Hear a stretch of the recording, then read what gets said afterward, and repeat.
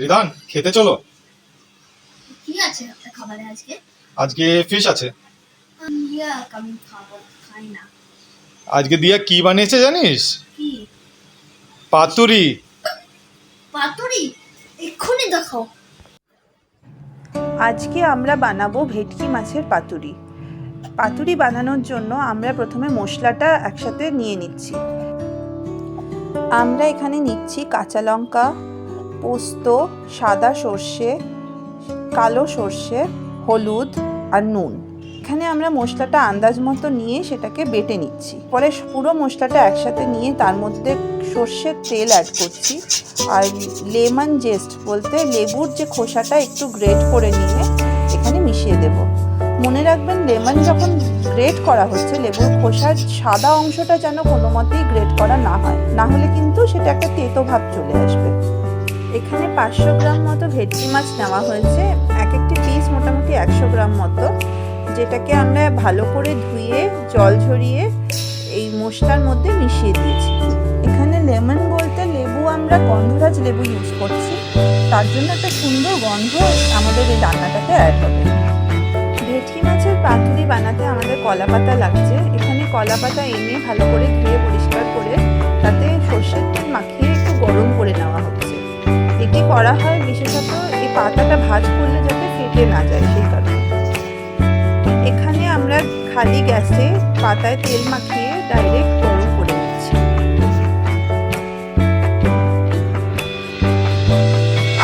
এবারে আমরা পাতার মধ্যে মাছ আর মশলাটা একসাথে নিয়ে একটা করে কাঁচা লঙ্কা দিয়ে সেটাকে পাতাটাকে ভাঁজ করে নিচ্ছি।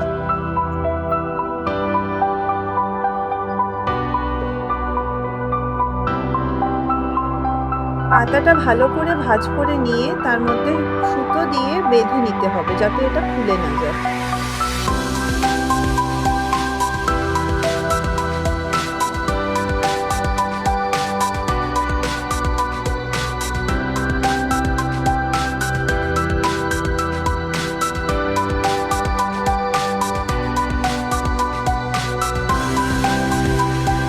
পাতাটা যেন একদম ছোট সাইজ না নেওয়া হয়, যাতে মশলা বা মাছটা কোনোভাবেই বেরিয়ে না আসে। তো সুন্দর করে ভাঁজ করে সুতো দিয়ে পেঁচিয়ে নিতে হবে।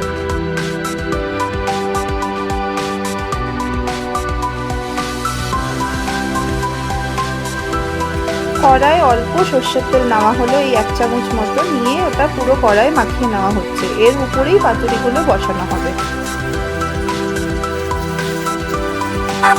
এরপর একে একে পাতুরিগুলো আমরা যেটা পাতার মধ্যে মোড়া হয়েছিল সেগুলো বসিয়ে ঢাকাটা চাপা দিয়ে দেব।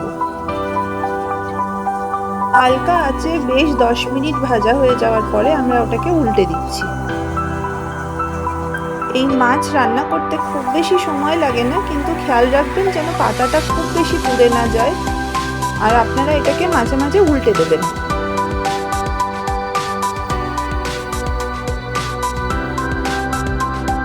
আমাদের পাতুরি রান্না হয়ে গেছে। এখন আমাদের রিদান বাবু এটা খেয়ে জানাবেন আপনাদের কেমন লাগলো।